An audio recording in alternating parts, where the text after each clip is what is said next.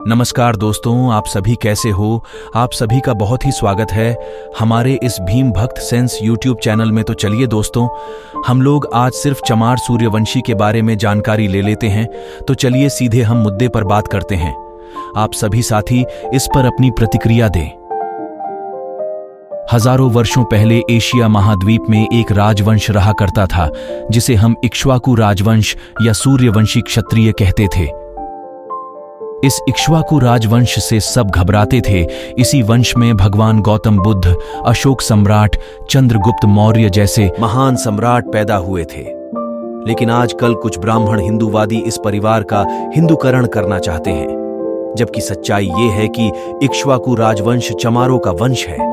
चमार ही सूर्यवंशी क्षत्रिय है और बुद्ध के वंशज हैं। आइए प्रमाणित करें कैसे। नंबर 1, बौद्ध लोग जीव हिंसा से विरत रहते थे लेकिन मांस खाते थे, अर्थात वो किसी भी जीव को काटकर कुर्बानी देकर या बलि देकर मांस नहीं खाते थे, बल्कि भारतीय बुद्धिस्ट सिर्फ मरे हुए जानवर का मांस खाते थे जिसमें कि जीव होता ही नहीं था।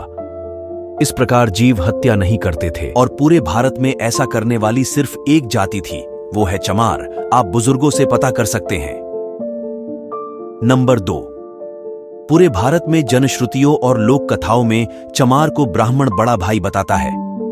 क्योंकि ब्राह्मण हिंदू धर्म का मुखिया है तो चमार बौद्ध धर्म का मुखिया है, इसीलिए चमारों की शादी में पंडित नहीं बुलाया जाता। नंबर 3, रामायण में और कुमारिल भट्ट की किताबों में बुद्ध को शूद्र लिखा गया है और रियल में भी चमार को ही मुख्य शूद्र माना गया है। अन्य जातियां कभी निशाने पर नहीं रहीं। नंबर 4, समस्त जातियों में सिर्फ चमार जाति ही ऐसी है जो गरीब होने के बावजूद अपनी आन शान पे मर मिटती है और इस जाति में आज भी राजसी गुण झलकते हैं। नंबर 5, चमारों का घर गांव के बाहर अक्सर होता है, क्योंकि चमार गांव के राजा होते थे। इनको ही गांवों में डीह बाबा कहा जाता है। नंबर 6, चमार जाति से बौद्ध धर्म छिनने के बाद उसे धर्म विहीन कर दिया गया था और अछूत इसलिए बना दिया गया कि यह जाति फिर कहीं से बौद्ध धम्म न खड़ा कर पाए। नंबर 7, चमार जाति की शिक्षा पर रोक इसीलिए लगाई गई थी कि वह अनपढ़ रहेगा तो खुद को चमार अछूत समझेगा, कभी यह नहीं जान पाएगा कि चमार एक राजशाही खून है।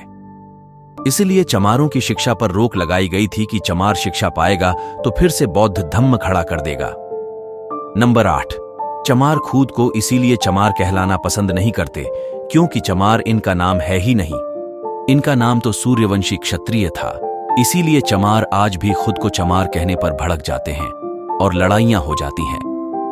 नंबर 9, ब्राह्मणों में जिस तरह शुक्ल शर्मा आदि समर्थक जातियां हैं, चमारों की भी समर्थक जातियां थीं, जैसे कि कोरी चमार, नोनिया चमार, तांती चमार, दुसाध चमार, पासी चमार आदि।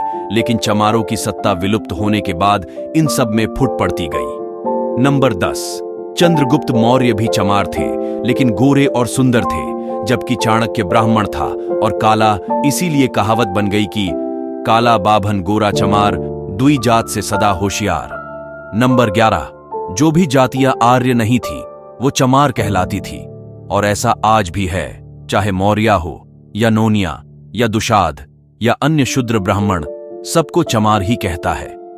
ये सारी बातें जो ऊपर लिखी गई हैं, ये वर्मा तिब्बत के बौद्ध ग्रंथि में इसका प्रमाण है। और अधिक जानकारी हेतु आप बाबा साहब की लिखी किताब WHO was शूद्रास या हिंदी में बोले तो शूद्र कौन थे से पढ़ सकते हैं।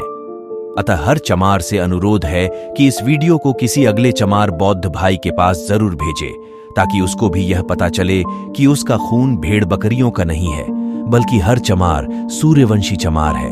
भारत के ताकतवर समाज सूर्यवंशी चमार। आपका बहुत बहुत धन्यवाद दोस्तों, क्योंकि आप सभी ने हमारे इस वीडियो को देखा और अपने जीवन में कुछ एक नया सीखा। दोस्तों, हम लोग इसी तरह की वीडियो लाते रहते हैं और आपके जज्बे और आपके जोश को बढ़ाने के लिए, जो कि आपको हमारे सूर्यवंशी चमार जाति के बारे में जानकारी हो सके। तो चलते हैं दोस्तों, फिर मिलेंगे एक नई वीडियो के साथ। और दोस्तों, आपको ऐसे वीडियो पसंद आ रहा है तो अभी तक मेरे चैनल को सब्सक्राइब नहीं किए हो तो कर दीजिए सब्सक्राइब और बेल आइकन घंटी जरूर पेश करें ताकि आपको वीडियो की नोटिफिकेशन सबसे पहले मिले। धन्यवाद।